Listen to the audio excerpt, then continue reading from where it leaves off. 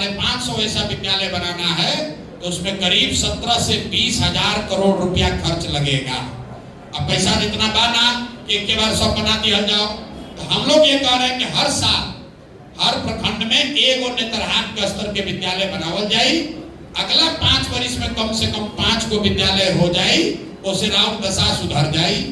लेकिन जब हमने के 5 वर्ष 10 वर्ष में विद्यालय बनावत नहीं जा, तराउर लेकर के उम्र तो रुकल नहीं के, इसलिए हमने उसका दूसरा रास्ता बताया कि जब तक ये व्यवस्था नहीं बनती है तब तक हर गरीब को ये अवसर रहेगा कि आप अपने बच्चे को प्राइवेट स्कूल में पढ़ाइए और उसका खर्चा सरकार की ओर से दिया जाएगा। अब कुछ आदमी कहता कि भैया ये तो सब आदमी प्राइवेट में चल जाए, बिल्कुल ये गलत बात है।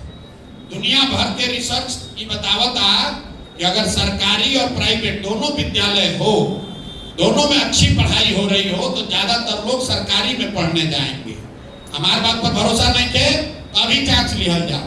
रउआ के कोई कह दे हो कि राउर लड़का मेडिकल करी, पटना पीएमसीएच से करी तो रउआ फीस देवे के पड़ी सरकारी, नहीं अगर रमैया से करी कर्नाटक से तो ओकर फीस सरकार भरी। और रउआ के विकल्प दे दिहल जाओ कि भैया कहाँ से राउर लड़का डॉक्टर बनावे चाहता नहीं, रउआ का कहोगे भी हमारा फीस ना चाहिए, रमैया ना चाहिए, हमारा तो पटना पीएमसीएच में हमारा लड़का पढ़ के आओ, हम वो चाहते हैं। अगर कोई आपको कह दे कि भैया एमएटी में आपका लड़का पढ़ेगा कि पटना साइंस कॉलेज में, एमएटी में पढ़ेगा तो फीस सरकार भरेगी, आप क्या कहिएगा कि हमको फीस नहीं चाहिए भैया, हमारा साइंस कॉलेज में एडमिशन करवा दो। ये दुनिया भर का रिसर्च है।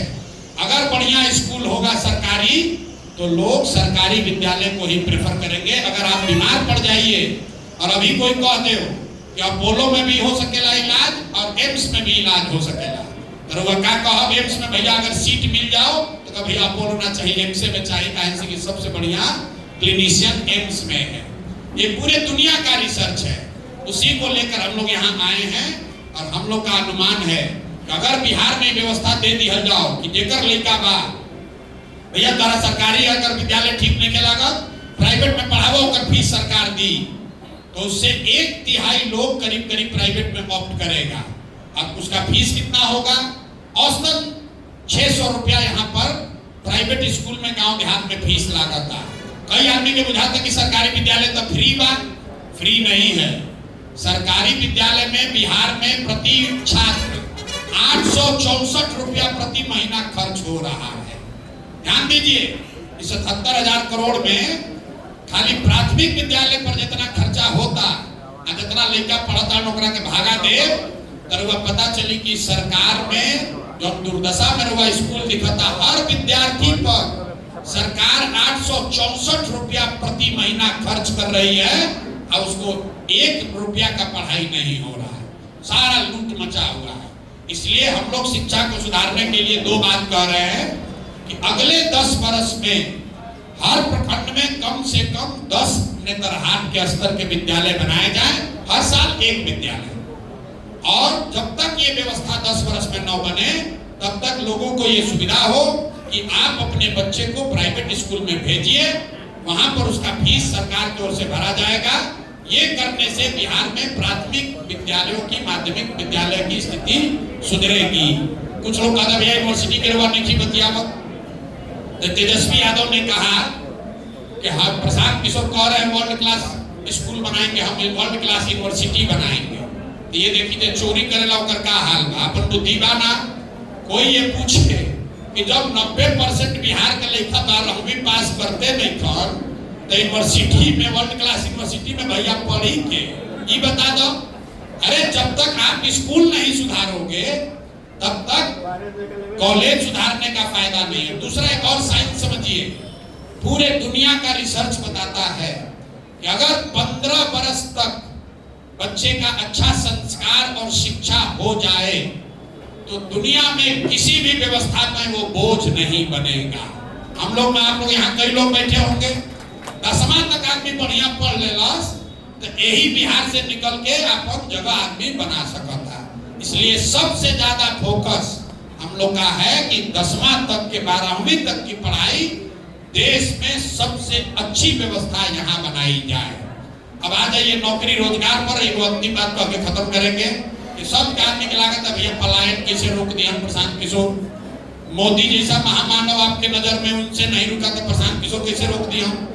बिल्कुल 1 बरस में पलायन को रोक दिया जाएगा। कैसे रुकेगा आप समझ लीजिए।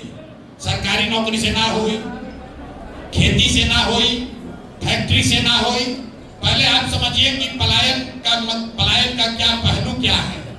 बिहार से, देश से, बिहार से सिर्फ लोगों का पलायन नहीं है, यहाँ से पूंजी का पलायन सबसे बड़ा पलायन है, बुद्धि का पलायन उसके बाद का पलायन है, और उसके बाद है श्रम का पलायन, लोगों का पलायन। पूंजी का पलायन क्या है? अब 2 मिनट धीरज रख के सुनी तब बुझाई, दूसरा आदमी ना बताई। पूंजी जो है, जो आप कमाते हैं, जो खर्चा हो जाता है पैसा, उसके बाद जो बचता है, चाहे घर में रखिए या बैंक में रखिए, वही आपकी पूंजी है। ये पूंजी जो आप बैंक में रखते हैं, तो पूरे बिहार से हर आदमी बैंक में कुछ ना कुछ रुपया रखा था, और बैंक का ये काम है कि वो पूंजी आपको जो लोन के तौर पर देता है काम करने के लिए, बिजनेस करने के लिए, घर बनाने के लिए, गाड़ी खरीदने के लिए, खेती करने के लिए, इसको RBI, reserve bank of India, एक आंकड़ा जारी करता है, सीडी रेशियो, कितना पैसा बैंक में जमा हुआ और कितना पैसा बैंक वालों ने ऋण के तौर पर समाज को वापस किया। तो पूरा देश में व्यवस्था बा कि जितना रुपया हमने के बैंक में देश भर में आदमी रखा था, उनमें से कम 70 रुपया लोन के तौर पर बैंक को वापस देना है। एक रूल है, इस बैंक का स्वेच्छा नहीं है, उसको देना ही देना है। ऐसा नहीं कर सकता है बैंक कि सारा पैसा ले लिया और सब पैसा ले जाके स्टॉक मार्केट में लगा दिया। उसको 70% पैसा समाज को वापस देना है, इसको कहते हैं सीडी रेशियो। बिहार में रेशियो कितना? देश में अभी सीडी रेशियो 74, मतलब 100 रुपया अगर बैंक में हमने के जमा की जब भारत के लोग, तो 74 रुपया बैंक वाला लोग लोन के तौर पर देला। बिहार में क्या भाई? बिहार में सीडी रेशियो बा 40%, मतलब अगर हमने के 100 रुपया बैंक में रखा था निजा, तो 40 रुपया लोन के मिला था, 60 रुपया कहाँ जाता है? बैंक वाला अपने खंदक खोन के गढ़ा में तो पैसा रख लेने के, वो पैसा कहाँ गया? वो पैसा बैंक वालों ने दूसरे राज्यों में भेज दिया, जहां पर उद्योग धंधा लग रहा है, जहां रोजी रोजगार हो रहा है। एक असर क्या होता?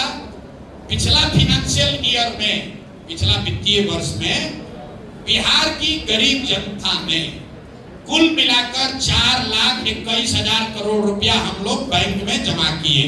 जितना बैंक बा सब मिला के 4,21,000 करोड़ रुपया बिहार के आदमियों में जमा कैलन। सीडी रेशियो अगर 70 रही देश के औसत के बराबर, तो 2,80,000 करोड़ रुपया बिहार में इन्वेस्ट होके के चाहत रहे, लोन मिले के चाहत रहे। लेकिन चूंकि 40% की सीडी रेशियो है, तो 1,61,000 करोड़ रुपया यहाँ के लोगों को कर्ज के तौर पर मिला। बाकी पैसा कहाँ गया? बाकी पैसा चला गया गुजरात, आंध्र प्रदेश, तेलंगाना, केरल, महाराष्ट्र, आंध्र प्रदेश। वहां पर सीडी रेशियो कितना है? वहां पर सीडी रेशियो है 90, 95, 100, 105। तो एसबीआई में पैसा आप रख रहे नरकटियागंज में, और एसबीआई तेलंगाना में, हैदराबाद में लोन दे रहा है। तो 1990 में जब लालू जी बनलन मुख्यमंत्री, 1990 से लेकर पिछले साल तक बैंकों ने 26 लाख करोड़ रुपया, ध्यान दी, 26,35,35,000 करोड़ रुपया बिहार का पैसा, आपका हमारा बचत का पैसा बैंक वालों ने बिहार से भेज दिया दूसरे राज्य में। आप अंदाजा लगाइए, 26 लाख करोड़ रुपया अगर बिहार में उपलब्ध रही, तो कितना ज्यादा लोग यहाँ पर खेती में बढ़िया करता, कितना लोग रोजगार करता, कितना लोग घर बड़ा बनाता, कितना लोग गाड़ी नया खरीदता। अब आप कहिएगा भैया ये रुआ बतियाओ तक दूसरा तो कोई बोलते नहीं थे। अरे भाई, तो जे जाके वित्त मंत्री बारन उनका के बुलाई, ओकरा से पूछी कि भाई ये सीडी रेशियो का होला, ओकरा मालूम नहीं है सीडी रेशियो का होला। अरे भाई, ऐसा नहीं है कि ये प्रशांत किशोर खोजे है।